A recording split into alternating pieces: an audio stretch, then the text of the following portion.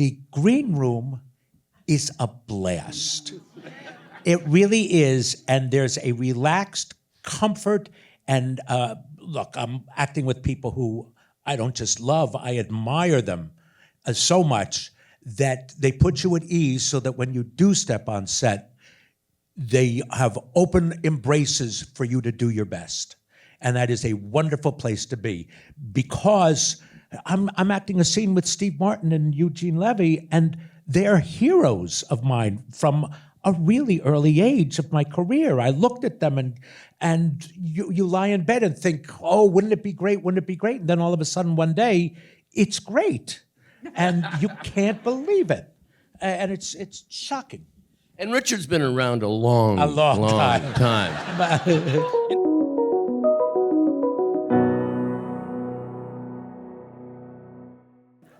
Before we dig too much into this finale, I do want to acknowledge, Selena, for you. It's a really big week, a big month. We've got the Only Murders in the Building season finale. Oh, good grief. We have the series debut of Wizards Beyond Waverly Place. And your new film, Emilia Pérez, playing in select theaters starting Friday before it hits Netflix. And may I add, if you see the cover of Vanity Fair, it's the most beautiful, brilliant cover that's ever been done of any magazine.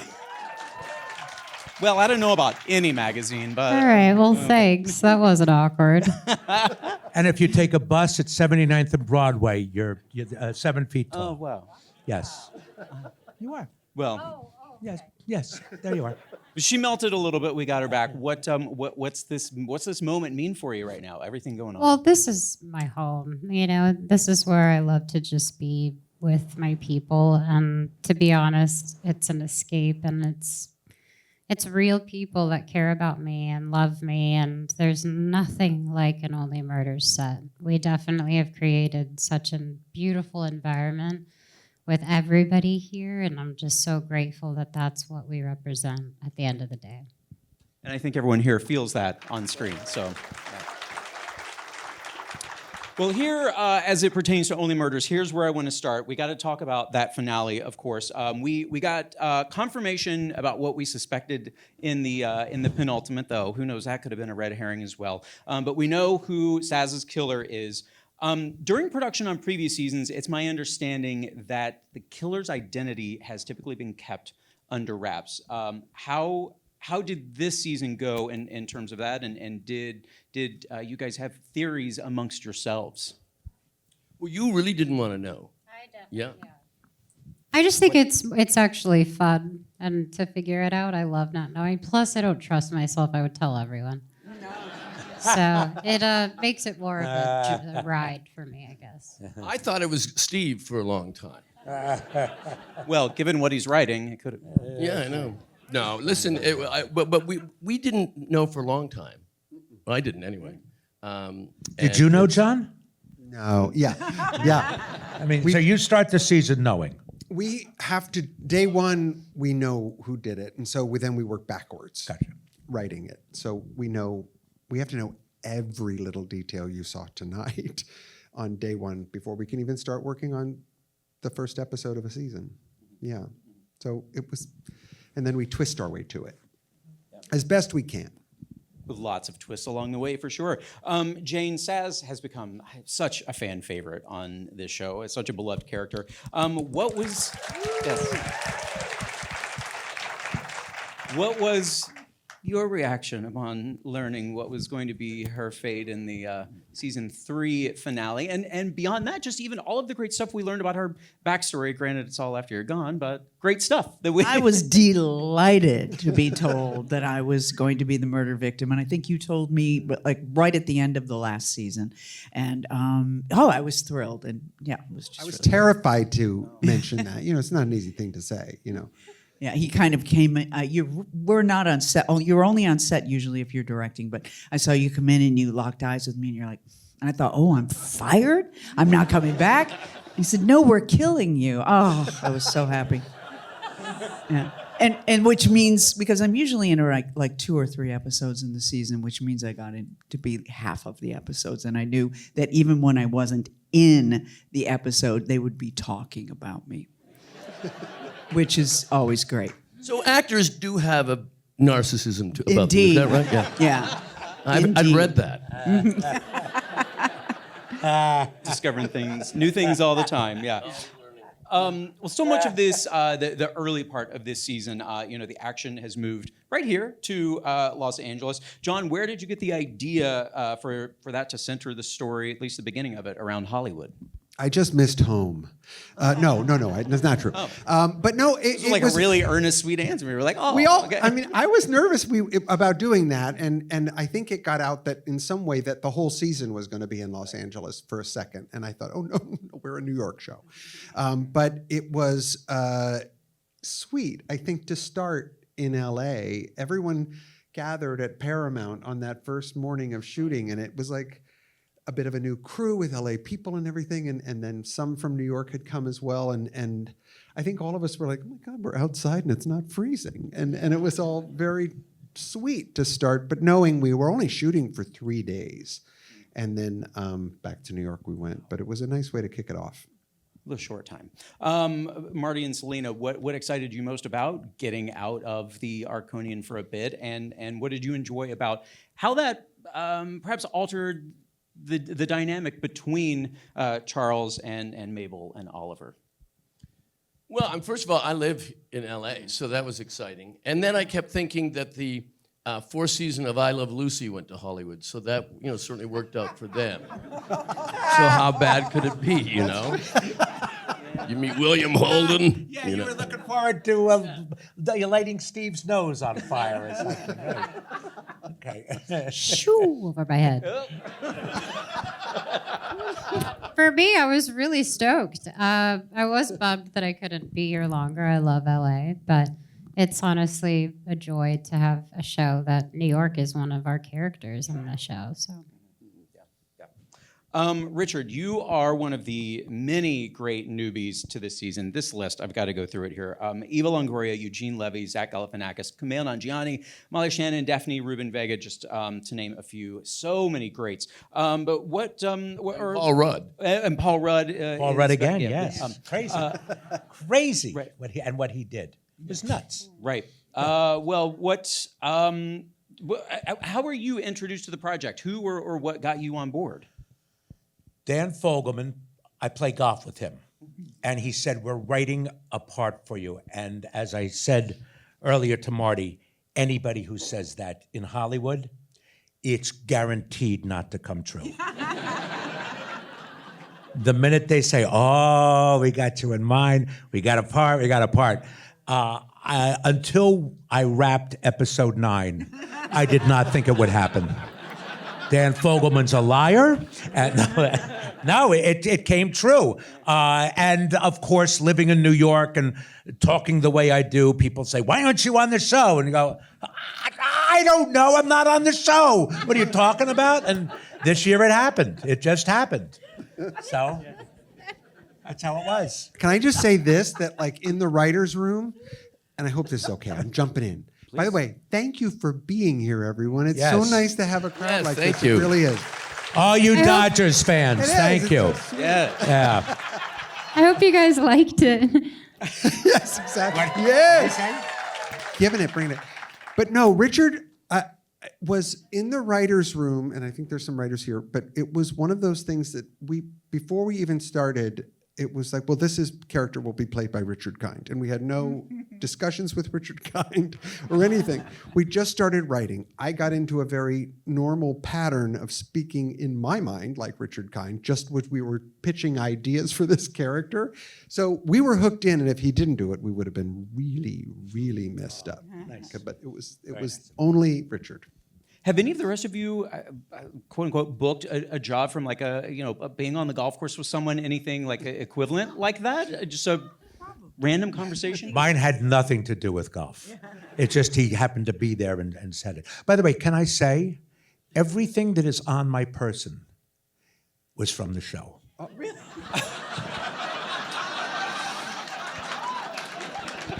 Where's the eye patch? So I have actors steal clothes and are concerned about it, never mind. But I did. What about I did. your undergarments? I have one pair. I'm wearing my own. But I did take one pair. I did. I took one pair because because it's the episode. What they do is they sew up the fly because they don't want to take a chance. I don't wear it much.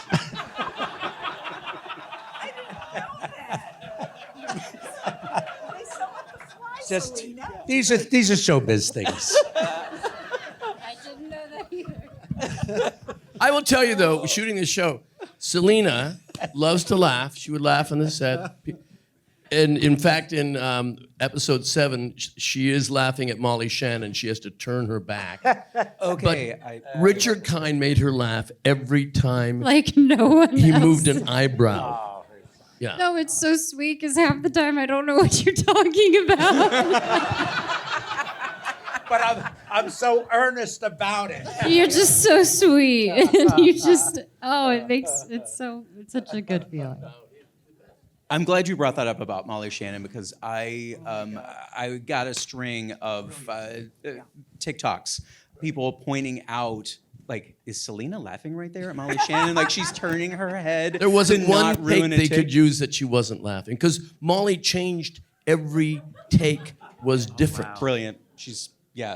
That's just her. But Selena, it's just I'm tough to get through.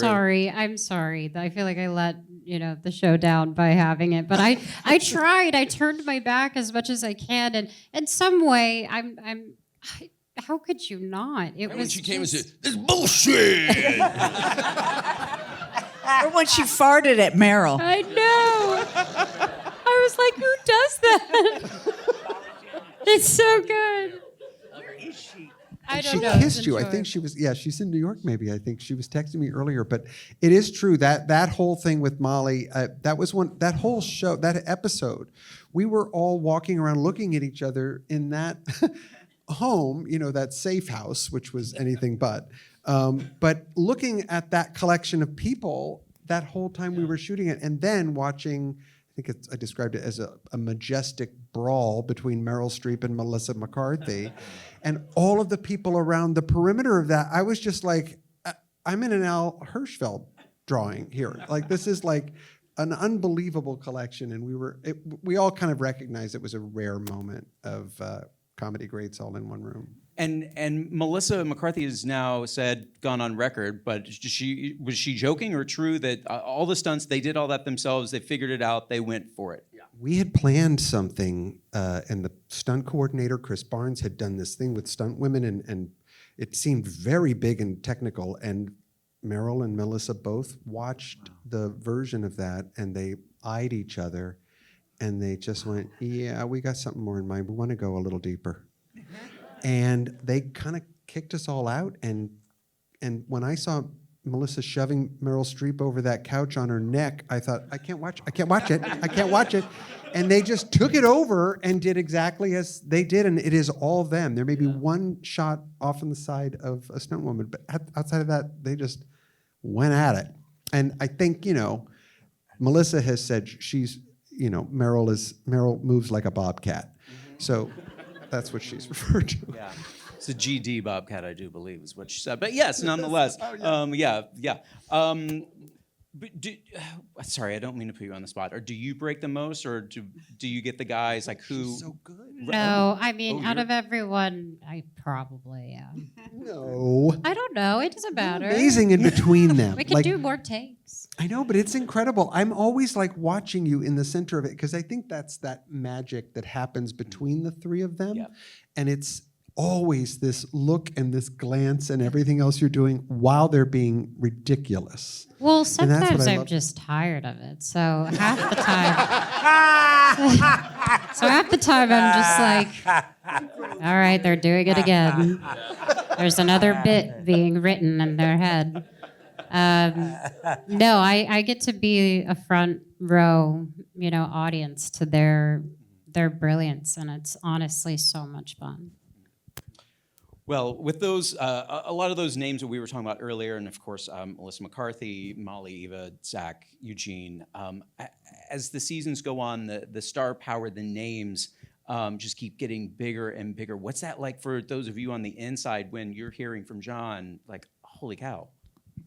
Well, I think it's just a compliment to the great craftspeople of the show, that people want to be on it, you know, and I mean, Meryl said she just wanted to be on it without even knowing what it would be, because she was such a fan of the first 2 seasons. And you know, I think it's really a testament to John and to the writers and to our brilliant cinematographers and camera people. I mean, that's what it is. Brilliant. They are. And they're so in sync. I will say also, hearing Meryl say one time why she would do it, you know, The Hang. It's the green room is a blast. It really is, and there's a relaxed comfort. And look, I'm acting with people who I don't just love, I admire them so much that they put you at ease so that when you do step on set, they have open embraces for you to do your best. And that is a wonderful place to be, because I'm acting a scene with Steve Martin and Eugene Levy, and they're heroes of mine from a really early age of my career. I looked at them and you lie in bed and think, oh, wouldn't it be great? Wouldn't it be great? And then all of a sudden one day, it's great. And you can't believe it. And it's shocking. And Richard's been around a long time. You know, he played my father in a movie once. Oh, don't laugh. I did. And I was worse than Selena ever was. And Marty was cruel. He was relentless. And the director said, please, let's just get one good take. And he didn't. He was relentless. Oh. But we won't go into that. John, you mentioned how for Melissa and Meryl, your stunt team had something worked out. Something that's so important to this season is, of course, I mean, Saz's profession, being a stunt person. The season is really, it's a love letter to stunt people. And Jane, I'm curious, your experience with stunt people and how they elevate your work. Oh, well, what's the name of this? My stunt guy. It was so meta. There was Steve and me, and then my stunt guy, and then Eugene Levy in the same, we're all wearing the same outfit. Yeah, we're blanking on his name. You know what? It doesn't matter what his name is. Because terrific. He's in the background. Tom, Just call him what you used to call him, hey you. Yeah, hey you. And I was telling, and he played my father, Slim Pataki, in the episode where we have the flashback where I'm on the trampoline. That's my stuntman, whatever his name is. Yeah, I absolutely forget. Oh, and I just lost it. God, I was going to say something else. Oh, I love the whole the subculture of the stunt people in this season, and of course what. Paul Rudd did in playing his own stunt person was brilliant. But I also love the name of the stunt people bar, Concussions. Isn't that brilliant? Can't beat that. In addition to how this series celebrates stunts this season, I think this is one of the really cool things about season 4, that each episode is an homage to a classic Hollywood film. Richard Rush's The Stuntman is episode 4. The 1967 classic The Valley of the Dolls is episode 7. As a film lover, how did you decide which ones you wanted to incorporate into each of these episodes? We went around and about it, and how they were used in the episode. Once Upon a Time in the West, the first episode of the season, it was deeply integrated into that one, and it was literally Charles watching that and sort of having that work its way through. The ending, the last 5 minutes, is all intercut between the actual film and what was terrible about what was happening in the return to New York. But we weren't bound by a strict rule about that, but it was more organic. So it was more a character-based thing. When I remember talking to the writers and saying, okay, here's what's happening. When I heard Valley of the Dolls and I knew Melissa McCarthy was playing Charles's sister, I just came in and said, okay, she's an insane doll collector. And the whole idea of them pausing and stopping in the season to regroup and gather themselves and it's the opposite of what ends up happening, is also going to be all of them surrounded by these insane dolls. And so that was the play on it. So we varied them up. And of course, then we got to episode 9, and it was called Escape from Planet Klongo, which is not a real movie, but a Ron Howard confection. That could have ended his career, I think. But yeah, that was the one that wasn't authentic. Yeah, speaking of, right, I forgot to mention Ron Howard in that list earlier. It's just wildly incredible that you got him to be in this. We worked really hard with schedules and stuff with this incredible collection of people, and yet it was a Hollywood season, so it felt very much like, and it was a lovely thing. These actors are magnets for incredible people to say they'd like to be a part of it. So it's hard to say no to that. And John McEnroe, we forgot him. John McEnroe coming by. He was on his way to the Upper West Side in his own home. However, I do want to say that, like, to me, the show began with this deeply, lovely collection of guest stars and people, but it is a New York show, and I love going back home to like find those great gems of New York actors, and we will be doing that again in this next season too, in that mix of guest stars and people. So that you may know, you may not have known, you may just adore because they were in that thing.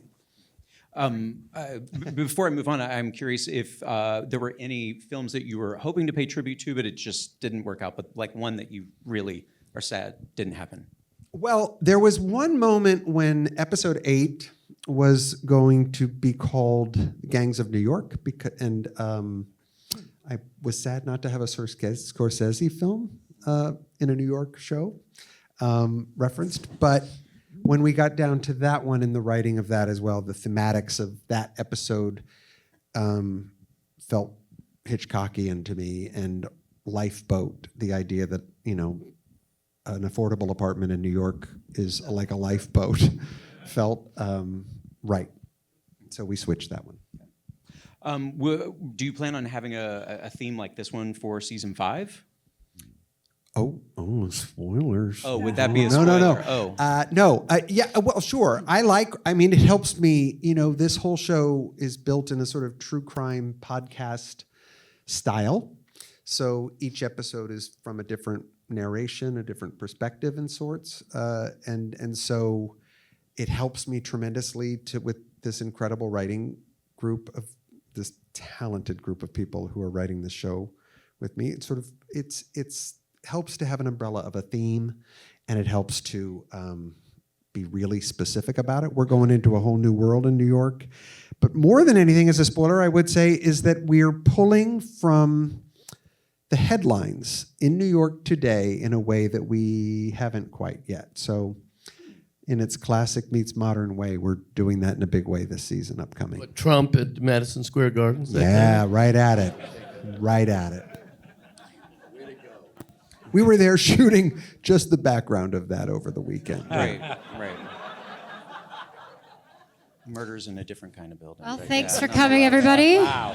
Wow. What a good, you're right. Yeah.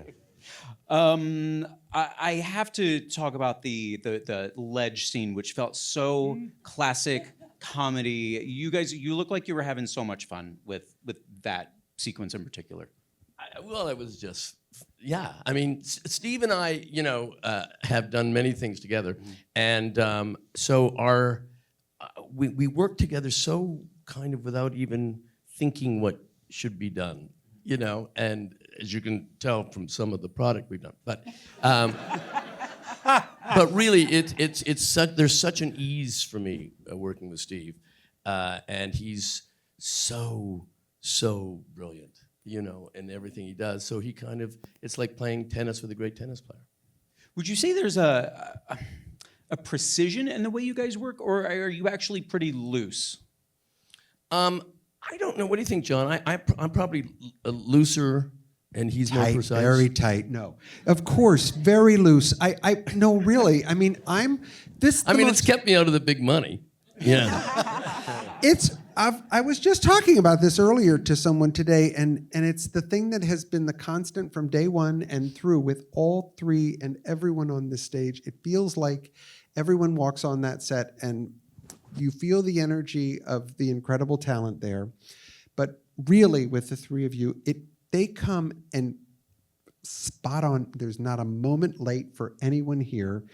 They're just so engaged, and they've walked in with a point of view on what they want to do. I've talked about this, like Marty walks on a set like a 9-year-old. I see a 9-year-old. Like on a Christmas morning, and he's looking at the big package over in the corner.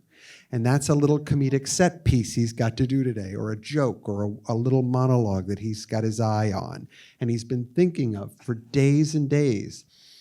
And they really aim at it with this energy, and I think everybody feels it. Everybody feels that thing of like, this is the most inspiring thing I can think of, to see geniuses everywhere around me, and then everyone feels it on set, and they really do step it up every day. There's not a tight or loose moment. It's just focused. Richard, this character Vince, this kooky guy, did you take inspiration from any, perhaps of your own past neighbors or stories that you have heard around the New York scene? I wish I could answer with a really fascinating story. Absolutely not. No. You do what's on the page, and you just say, well, I hope that I intersect with what they want. And then they come out and say, yes, we like that, and that's what you hope for. But no, I wish I could say that. But I got some weird stories. We have time, right? Yeah. We had 2 guys, and our walls were like this thick in New York. And there's a gay couple in their 70s or 80s. One day we're hearing them, and they bicker like George and Martha. I told you to buy Apple when it was 29. Right? And they're screaming. And my kids are listening. They're like 4 and 5. And it was scary. It was just scary. It's the only time, you guess you had to be there, but oh my gosh, hearing them. It's a weird Apple town. prices get heated. Yeah. It's a weird town. Oh. I know. Apple is a product that makes fun. Never mind. How do you explain it?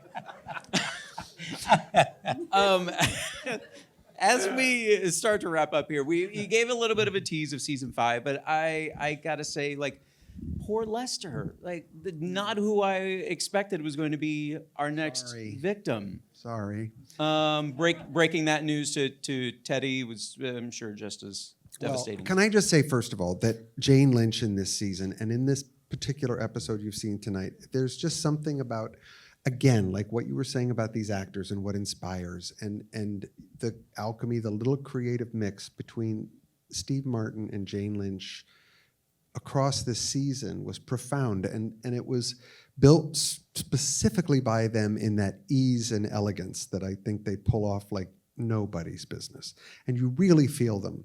But I think the other thing is we learned that the beloved are our friends as victims.